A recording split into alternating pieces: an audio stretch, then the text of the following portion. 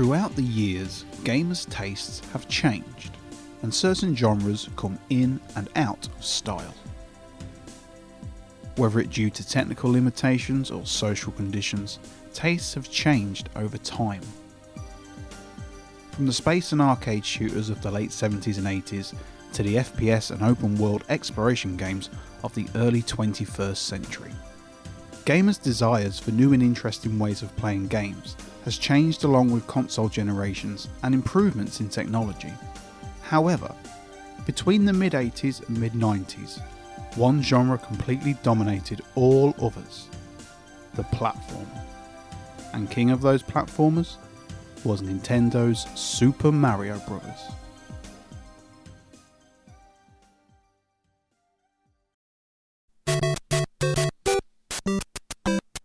The modern Mario platformer was born in 1985 with Super Mario Bros. For the Famicom. The brainchild of Shigeru Miyamoto, this title is looked back on as a point etched in time, where gamers could finally explore in-game like they had always wanted to. With detailed worlds, hidden secrets, accurate controls, it was a meeting of innovation, style and technology, which culminated in one of the greatest and most important games ever made. Over the next 10 years, Miyamoto would release subsequent sequels to Super Mario Bros., each one improving on virtually every aspect of the game. But with the introduction of 3D gaming set to arrive in the mid-90s, the 2D side-scrolling platform's reign of dominance was coming to an end. Gamers were looking forward to the all-new challenges that 3D worlds would bring them. But Nintendo was not finished with their 2D platformer. Not just yet. There was one last game they wanted to make. This video will explore how 10 years of Mario 2D platformer evolution produced one of the greatest 2D platformers ever made: Super Mario World 2: Yoshi's Island.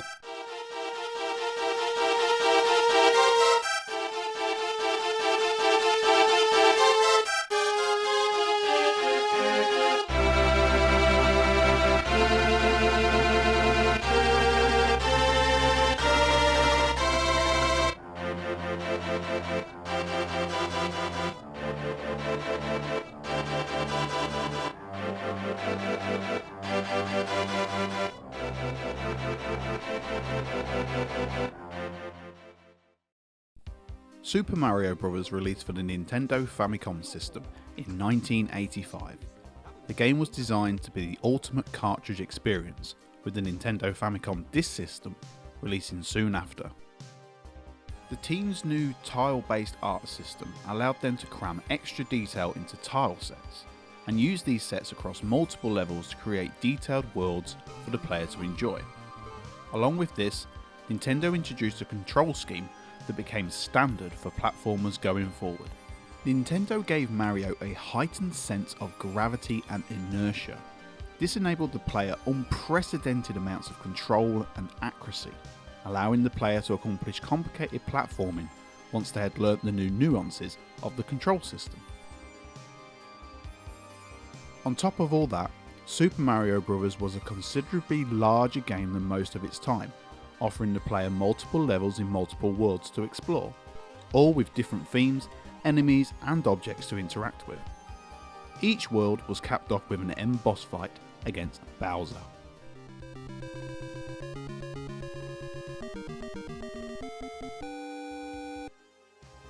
Although by modern standards it's now considered rather primitive, Super Mario Bros. Was an extremely advanced game for its day, and proved that Nintendo could develop games beyond the imagination of most other game designers and developers, and proved it was the top tier game designer of the era. Later on in 1988, Nintendo released Super Mario Bros. 3, again for the Famicom. This time, the designers wanted to push the Famicom to its absolute limits, as this would be the swan song for the team on the Famicom system. To achieve this, every game cartridge came with the MMC3 chip inside. This gave the system some extra RAM, enabled animated tiles, text scrolling, dialogue scrolling and split screen capabilities. Super Mario Bros. 3 had all the improvements you could expect. Better graphics, better sound, better control, but also introduced new elements to the series that are now standard. Level selection, the world map, item storage, non-linear progression. For the time, Super Mario Bros. 3 was the apex of what could be done with a 2D platformer, and propelled Mario to a level of fame that he thoroughly deserved. But this fame would mean expectations. Expectations that would have to be met. Once Super Mario Bros. 3 was complete, the team started work on a Mario platformer for its new console, the 16-bit Super Famicom. Super Mario World released on November of 1990 and improved on every aspect Miyamoto's team had been working on the previous two titles. Along with obvious graphic and sound improvements, Super Mario World was now on 16-bit hardware. This meant the designers could push gameplay mechanics to a new level. It allowed them to develop bigger worlds with more interactive elements for the player to use. Also, for the first time, a Super Mario Bros. Game would have a save feature, allowing you to explore the world, stop, and return where you had left off. More bosses, bigger levels, and better interactions with objects within those levels were not the only improvements to Super Mario World. For the first time, Mario had a companion, Yoshi. Yes, he was initially a concept Miyamoto wanted to introduce in the Famicom, but due to hardware limitations, it wasn't possible. The new power allowed him to bring his ideas to life, and Yoshi quickly became a fan favourite and has been so ever since. With 3 games in 5 years, and Miyamoto's team seemingly perfecting the side-scrolling platformer, it was easy to expect a soon follow-up to the masterpiece that was Super Mario World. Little did we know we would have to wait another 5 years for the next instalment. At the beginning of the 90s, a new trend had started in video games. This trend was 3D, and it was inevitable. And everyone knew that Mario would eventually be making his first steps into the world of 3D. But when would this happen? Not on the Super Nintendo. It had no 3D capabilities at all. But shortly after the Super Nintendo's launch, Nintendo started experiments with a partner, Argonaut Software, in developing a 3D capable chip for the Super Nintendo. This would become known as the Super FX chip, and it would power such games as Star Fox, Stunt Race FX, Doom, among others. Although powerful, this chip would not create the 3D worlds required for Mario to explore. Another partner Nintendo had been working with at this time was Rare. Rare was developing Nintendo's new Donkey Kong game for the Super Nintendo and had managed to create groundbreaking CG effects with silicon graphic workstations that could be condensed down into a format that could be displayed on a Super Nintendo. The effect that they managed to create was very popular at the time, giving customers a seemingly 32-bit 3D experience on their current consoles. This proved to be very lucrative, and in-house Nintendo executives pushed for the next Mario game to use this technique. So the next Mario game was at a crossroad. It was too early for Nintendo's 3D tech of the time, but also wanting to stand out from the newer pre-rendered and exploration-based platformers that had started to spring up. After a lot of internal struggle and experiments, they settled on a hand-drawn crayon and pastel effect art style, paired with the new Super FX2 chip that would allow for more complicated levels, enemies and boss designs, with a few minimal 3D elements sprinkled on top. But the team was not happy with just delivering on groundbreaking visuals. They also wanted to push 2D game mechanics and concepts further than a 2D platformer had ever gone before.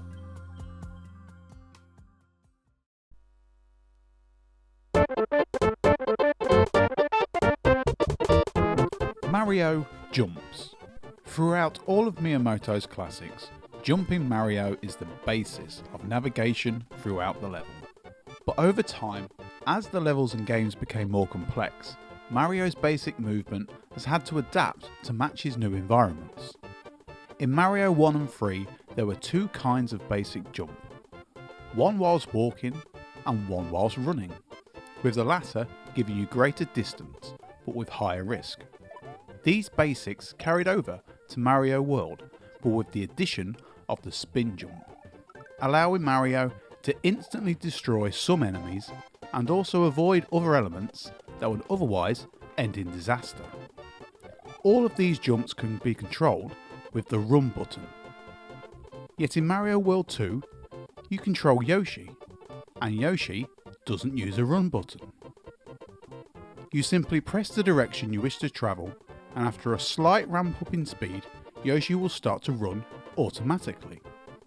This frees up the fingers from constantly holding down the run button to perform other tasks whilst completing the level. Another new aspect to Yoshi's jump is the hover. Hold down the jump button and Yoshi will flutter in the air for a brief period, allowing you to correct a jump or give you that extra bit of height or length if needed. Handling objects has also changed over time. In the original games, we went from no handling to some interactions with minimal control, to virtually full physics-like control over certain objects. In Mario World 2, Yoshi doesn't use his hands. Well, not straight away. He uses his mouth. Sucking objects or enemies into his mouth gives you a few options.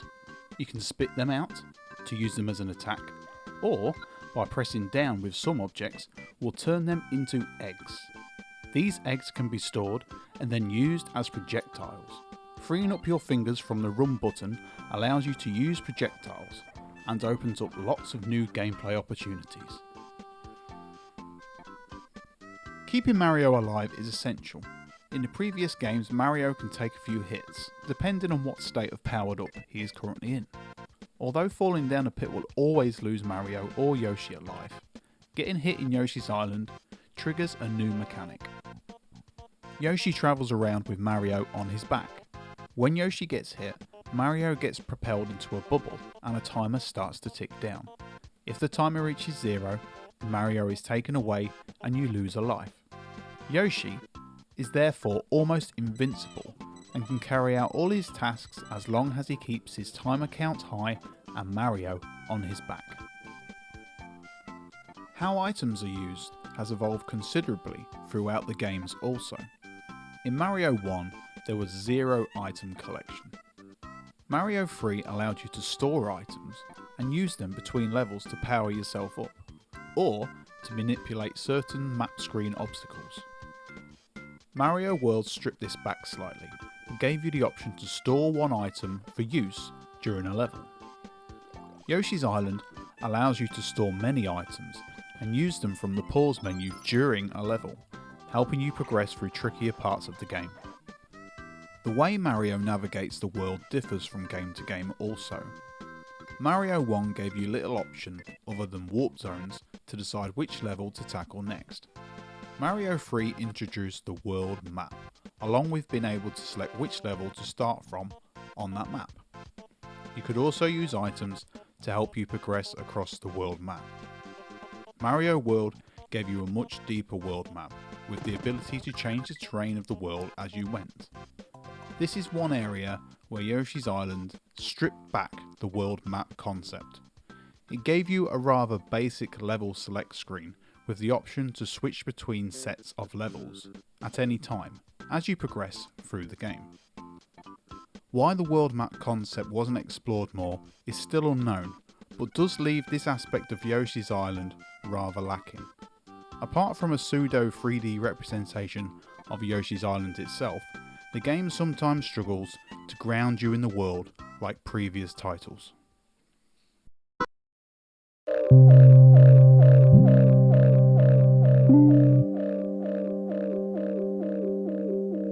All the control in the world is wasted without somewhere to use it. That brings us to the levels. The team at Nintendo have always been known for being at the forefront of level design. With the original Mario Brothers, the limited size of the ROM and inability to move in a diagonal was a big factor in how the team created the levels for the player to navigate. Simple jumping puzzles with a few secrets scattered around gave Super Mario Bros. A sense of place without running out of space on the cartridge. Small enemies, simple background layers, and a single reused boss was still advanced compared to many single-screen, non-scrolling games that came before it. With Super Mario Bros. 3, the bigger ROM size and addition of the MMC free chip enabled lots of extra options. Diagonal scrolling was now possible, as well as the ability to backtrack through the levels.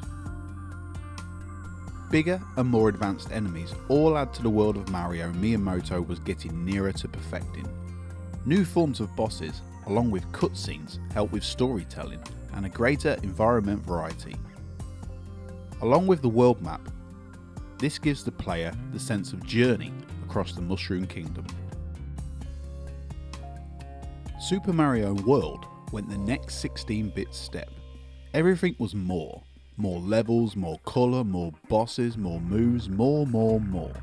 And with the ability to now save being necessary because of the game's sheer size, Mario was no longer a single session game. This allows the developers to make level design more devious, making the player think rather than just being able to rely on reflexes alone. With the constant rate of improvement, how was Super Mario World 2 going to take up this mantle? As previously discussed, the world map was now scrapped in preference for a pure level-based progression system. And there lies the clue, in the singular level setup. Every level in Super Mario World 2 brings something unique to it, many times with a single idea being used for one single level. This focus on making every level its own unique experience freed the designers from designing around themes and concentrating them on getting the most out of the new control system that they had at their disposal. Size was also a factor. Many levels in Yoshi's Island required nearly 15 to 20 minutes on a first playthrough, with multiple routes, keys to find, secrets to unlock. They had definitely taken some cues from previous Zelda games. Castle levels especially gave you that dungeon feel. Some of Yoshi's Island's castle levels can test even the most hardened gamer. Bosses are now each a singular experience, over 12 individual battles infused with the power of the Super FX2 chip and the so-named Morphmation technology. Still to this day, Super Mario World 2 is widely regarded as having still the greatest selection of bosses in any side-scroller. This all wraps up with a scale of a fight never seen on the Super Nintendo before, and delivers a sense of achievement rarely rivaled. The art style of Yoshi's Island brought more character to the screen than previous titles. The cartoonish take on the Mushroom Kingdom was the perfect fit for 16-bit hardware. The Super FX2 helped create the pastel lines and effects of a childish sketchbook, a style still not attempted since in a 2D Mario. The decision not to go with a pre-rendered look paid off, and most certainly years down the line. As the other titles of the time that used that style now look dated and out of place, Yoshi's Island looks fresh and vibrant to this very day. Even the use of 3D effects was implemented well. The urge to have a giant 3D Bowser head as the final boss was resisted. Instead, 3D was used in place of platforms and other environmental hazards in subtle, brilliant ways that don't break the immersion of the style that they were going for. How you are graded in Mario games has also changed throughout the years. Mario Bros. 1 and 3 kept the traditional score-based system. Landing on enemies and gathering coins will earn you a higher score. Mario World also kept track of your score, but added new collectibles in the form of dragon coins to collect during your journey, along with P-switches to help you access hard-to-reach areas throughout the game. Mario World graded you on what you could find, more than how high you could score. Super Mario World 2 took this a step further. Each level was assigned a score depending on how much of a certain item you would gather during that level. Sunflowers, red coins, they all added up to give you a mark. Getting 100% on all levels in a single world would unlock additional levels. Many of future Mario unlocks and collectibles started right here in Super Mario World 2.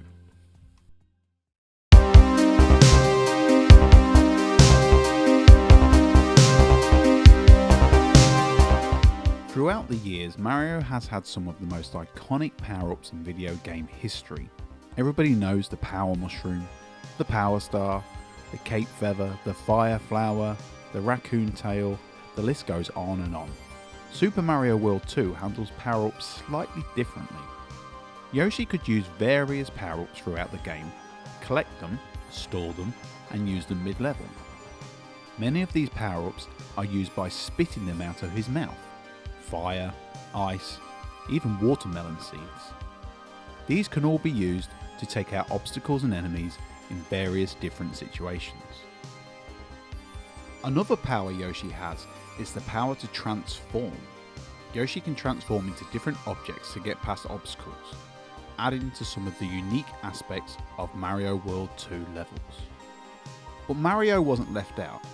If you managed to find a very rare superstar, Super Mario would rise again and take on obstacles the only way Mario can, albeit in a diaper.